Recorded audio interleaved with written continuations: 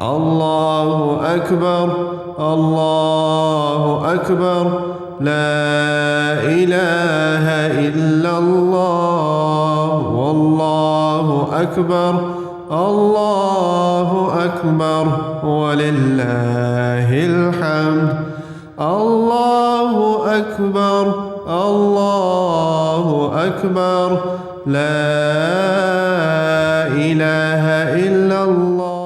Eid al-Adha, which literally means Feast of Sacrifice, is Islam's holiest festival and occurs approximately 70 days after the end of Ramadan.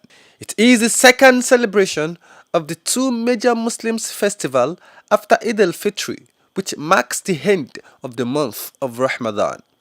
According to the Gregorian calendar, this year's Eid al-Adha falls on 1st of September 2017, which is the same as 10th Dhul Hijjah 1438 AH in Islamic calendar. Millions of Muslims across the globe gather to celebrate this festival, which commemorates Prophet Ibrahim's obedience to Almighty Allah to sacrifice his son Ismail as an act of submission to the will of Allah. It also signifies the end of Hajj pilgrimage, which attracts over 2 million pilgrims annually. Accordingly, the Ahmadiyya Muslim community, a global community that exists in over 200 countries and which is also at the forefront of promoting peace, love, equity, and justice among all people without any form of discrimination, also joins other Muslim faithfuls to celebrate Eid al-Adha. The head of the community, the fifth Khalifa, Hazrat Mirza Masroor Ahmad, may Allah be his helper, led the Eid prayer in United Kingdom.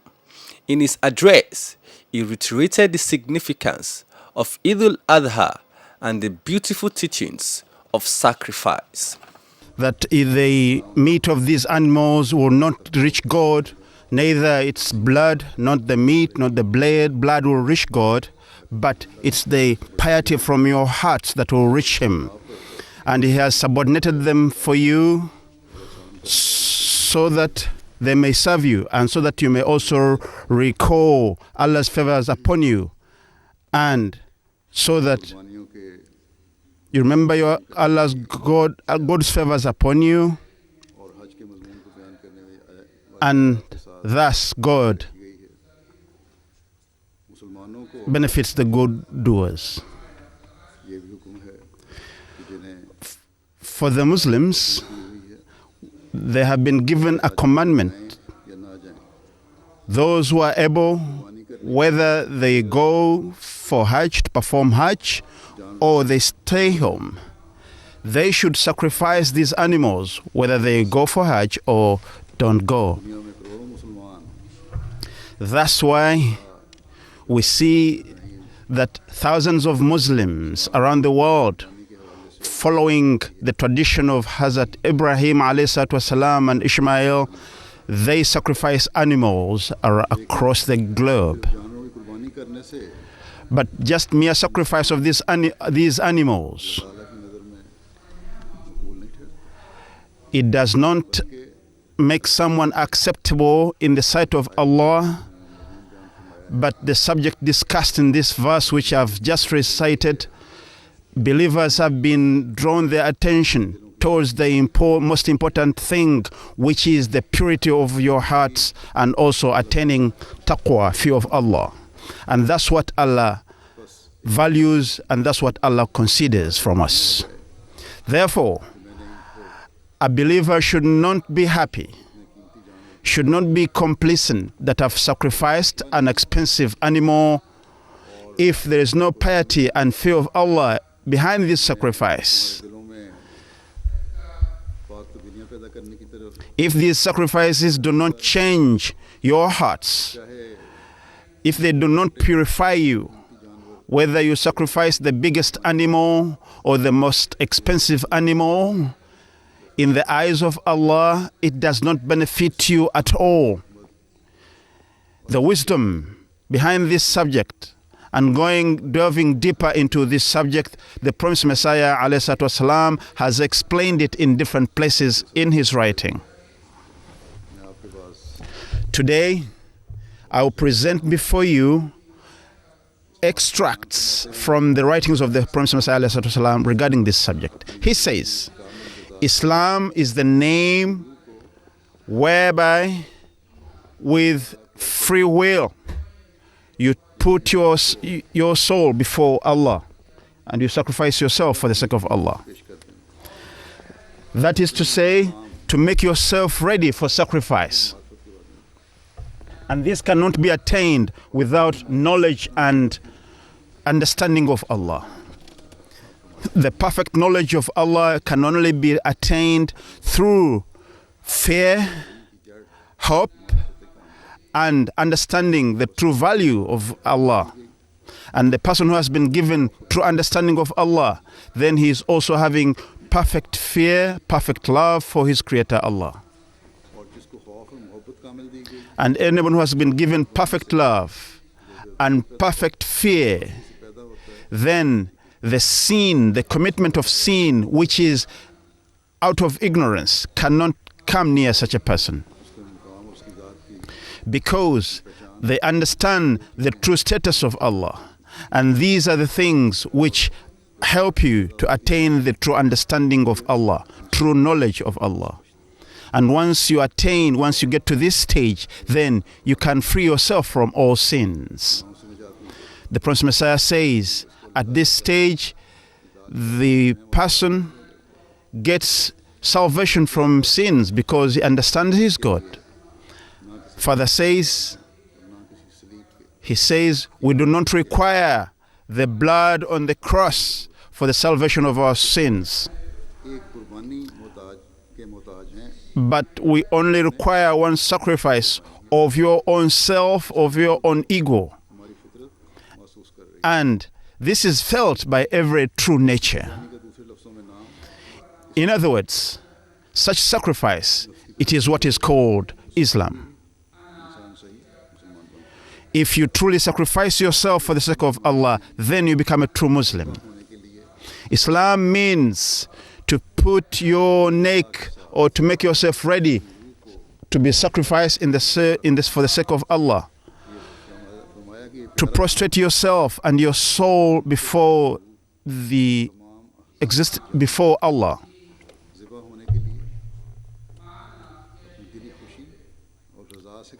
This sacrifice is done through free will, and this requires perfect love and perfect understanding of Allah.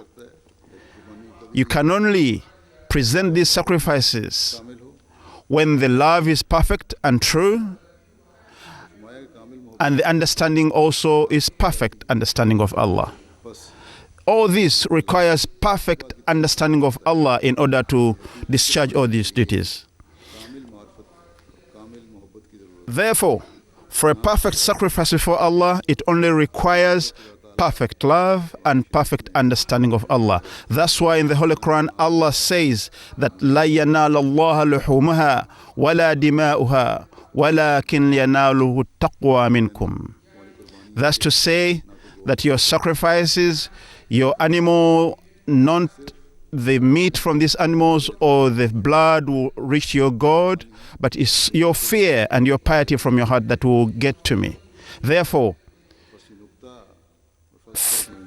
do whatever you do for my sake, and we're required to understand this philosophy behind all these sacrifices. God is enjoining us to fear Him in these verses. It is required not to be scared of Him, but the fear of Allah is in saving yourself from offending your beloved one, your Allah. We can give an example.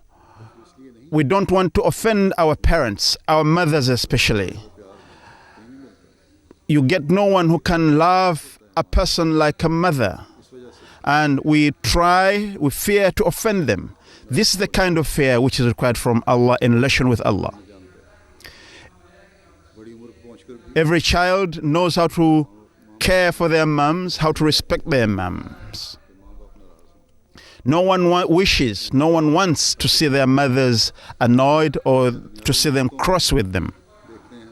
And also when we look into the relationships, the love between other fellow human beings, we sacrifice a lot for their sake.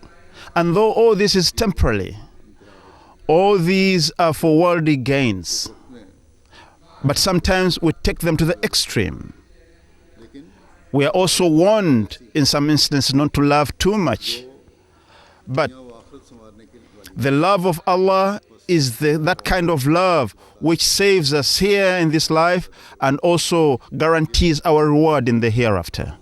So when we are told to fear Allah, this fear, it is to value the existence of Allah, is to value the understanding of Allah.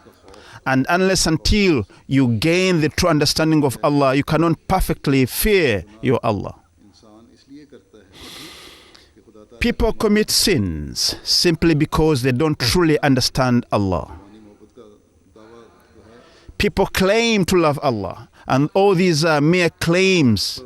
These are mere lip services. It is the love of the worldly material gains and material things that overcome the true love for our Creator Allah. Thus, people even forget the commandments of Allah while going through their daily activities. We all know that Allah possesses everything we have, everything we see in the world. But sometimes we totally forget the commandments of Allah regarding how we should be acting in our lives. Some people, when in their performances, in their actions, they don't even remember the existence of Allah.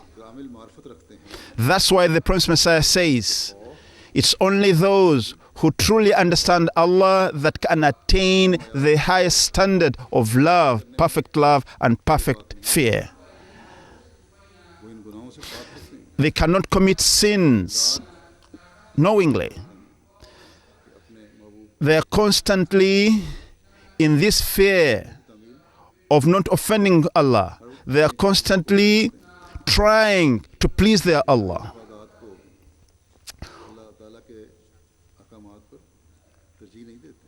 They do not give precedence to the material world over their Creator Allah. That's why they are always ready to sacrifice themselves and to sacrifice everything for the sake of Allah. This kind of sacrifice is what we call Islam. And when we pledge, the Messiah says, when we make the pledge of giving precedence to our religion over all worldly affairs, it is for the sake of gaining the true love and true understanding of Allah. The Messiah further says,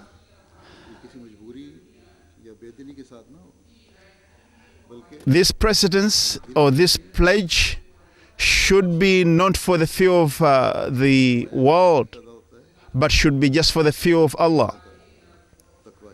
And this can only be done perfectly when you truly understand your God and fear Him perfectly. In other books, the Prophet Messiah says in his writings that Allah,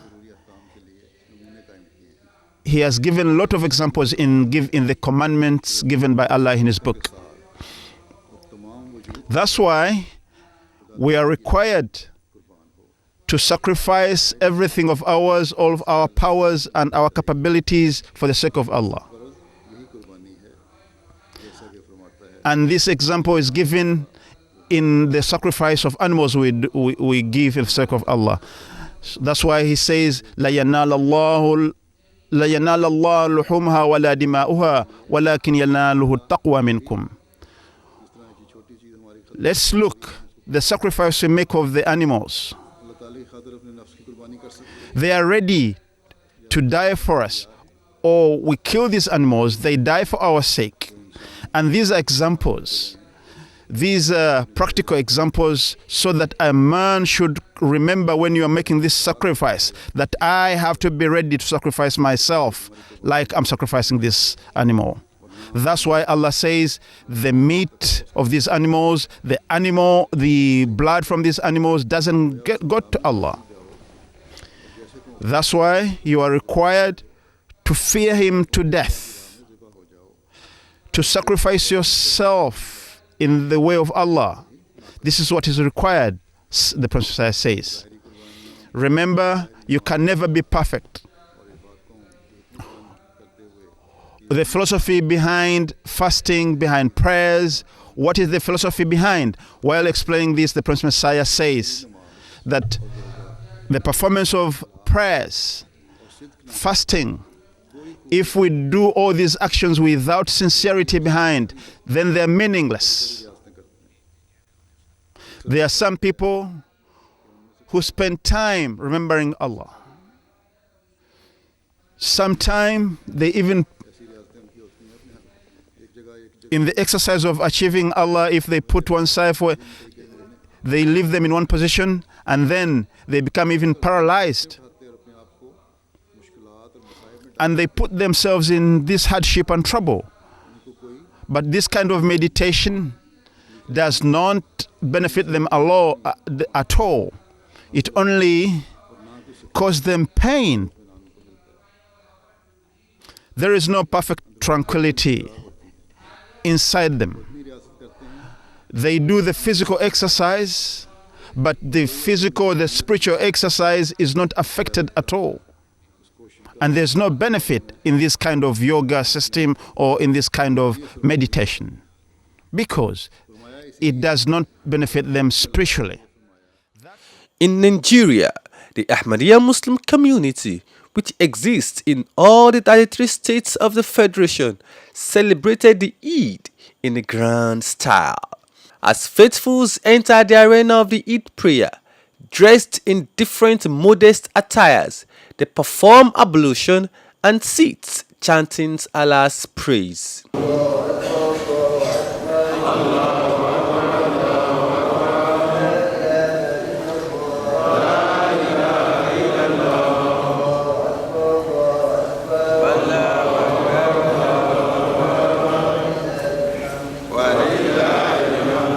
The head of the Ahmadiyya Muslim community in Nigeria, Dr. Moshood Aderele Fashola, a renowned economist, led the Eid prayer in Ibadan, southwest Nigeria. In an exclusive interview with MTA Nigeria, he bears his mind on the impact of Islam in Nigeria. Well, the impact Islam will play will depend upon the enlightenment of Muslims, the education of Muslims. You see, the problem we have is that a lot of Muslims are not enlightened. They don't know what Islam stands for. A lot of them have been wrongly indoctrinated and have become violent and not oriented to serve humanity. What Ahmadiyya is trying to do is to bring Muslims to the original true teachings of Islam. And if Muslims can adopt these true teachings, they are going to have tremendous impact on the country. Muslims have been leaders in this country, have been part of government, but they have not reflected the beauty of Islam at all. One major beauty of Islam is justice, fair play, equity. We don't play justice. We want to monopolize everything. We are also part of the corrupt element. We are so greedy. If we have a nation, like we have many 36 states, things should be divided in a equitable manner. But we don't believe in this. We believe in grabbing and cheating others. Muslims have been part of the cheats in this country. And that's what affects Islam. The Holy Prophet Muhammad Islam, he said, cheats are not from me. They're not among me, they're not my followers. I don't know what Muslims desire. They're also struggling for this of this world. That's a good example for governance. In a related development, Malvin Nuruddin Okumbeno, a renowned scholar and a central missionary of the Ahmadiyya Muslim community, also spoke about the blessings and the importance of love for all and hatred for none. So my message to the Muslims of the world today is for us to live as one. We should eschew all acts of terrorism. We should eschew all acts of violence. We should live as one, and there should be brotherhood within us. Because Islam itself is a religion of peace. I see no reason why a Muslim will try or will strive to cause harm to another Muslim. The Prophet Muhammad ﷺ told us that a true Muslim is one who doesn't cause harm to others, either with his tongue or with his hands. Allah subhanahu wa ta'ala also tells in the Holy Quran that if a believer kills someone, it's as if he has killed the entire of mankind. So as a Muslim, it's expected of us to completely live in peace, harmony, tranquility, and to eschew all acts of terrorism, because Islam itself is a religion of peace. It's quite unfortunate that nowadays Islam is being tagged as a religion of terrorism because of the acts of some so-called Muslim sects, some so-called Muslim groups that are terrorizing the world and are bringing the name of Islam to shame. But this is far from the truth. Islam is a religion of peace, and Allah subhanahu wa ta'ala has made us realize this fact that Islam shouldn't be a religion of terrorism, but that of peace and harmony. Ahmadi Muslims and non-Ahmadi Muslims alike at the venue expresses their joy, opinions, and thanks to Almighty Allah for witnessing this year's celebration. I'm very happy. I'm very, very happy because some of us are even bought ram. They use the ram, that is to do some other. They use it for some other rights like that. But Alhamdulillah, we are not sick. We came here together with our family. Not many of us have the opportunity, but Alhamdulillah, I'm happy. I think one of the basic significance of today is the lessons. The lessons, and the major thing we need to derive from the lessons is piety, total submission to the will of Allah. Because that is the exact lesson Hazrat Ibrahim came to teach the Muslims and the entire humanity. Because Allah instructed him, he saw in a dream, not even in physical sense, in the realm, in another realm. Allah instructed him to carry out an act, a pledge which he has made. And he quickly reminded and he submitted entirely to the will of Allah and carry out that act. Alhamdulillah, today, what we are celebrating was as a result of total commitment, dedication, fulfillment of Allah's instruction. So on that basis, I think it's the best of the lesson a Muslim can have from that is to subdue himself to the will of Allah, so as to be able to attain dunya and at the same time be among the righteous. I'm very happy, extremely happy, Alhamdulillah, and we thank God for everything. We thank Almighty Allah, and may He continue to be with us and bless us all, and may He let us witness more of this day on earth.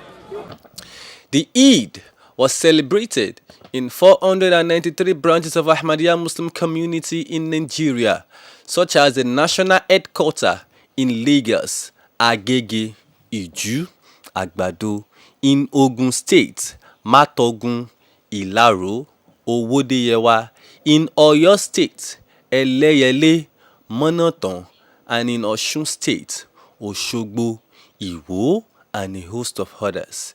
The Imams kept preaching the message of love, equity, and justice, which is the bedrock to sustainable development and societal peace. The high point of the celebration is the slaughtering of animals at the praying grounds and the homes of Muslims faithfuls. This act has remained a symbol of submission to Allah, as the animals were made to submit to us.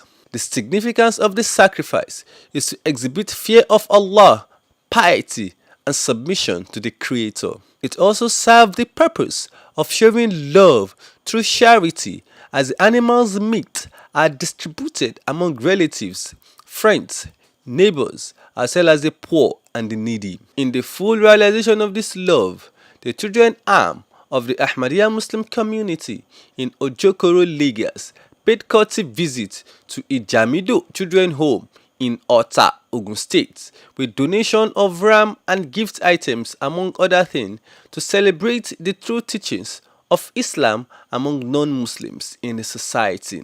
The coordinator of children and welfare of the home expressed her joy at the gestures of the Ahmadiyya Muslim community. The significance goes a long way because we are assured every year that we have a ram to kill in this home, come what may. Either somebody supporting, bringing some other goat or whatever. We know that Ahmadiyya will bring for us every year that we are going to slaughter to celebrate. And then they are always there for us whenever we are in need of them. Happy, grateful, and I appreciate them. Before I got married, they've been coming. After about 14 years, you are still here, and you continually be here.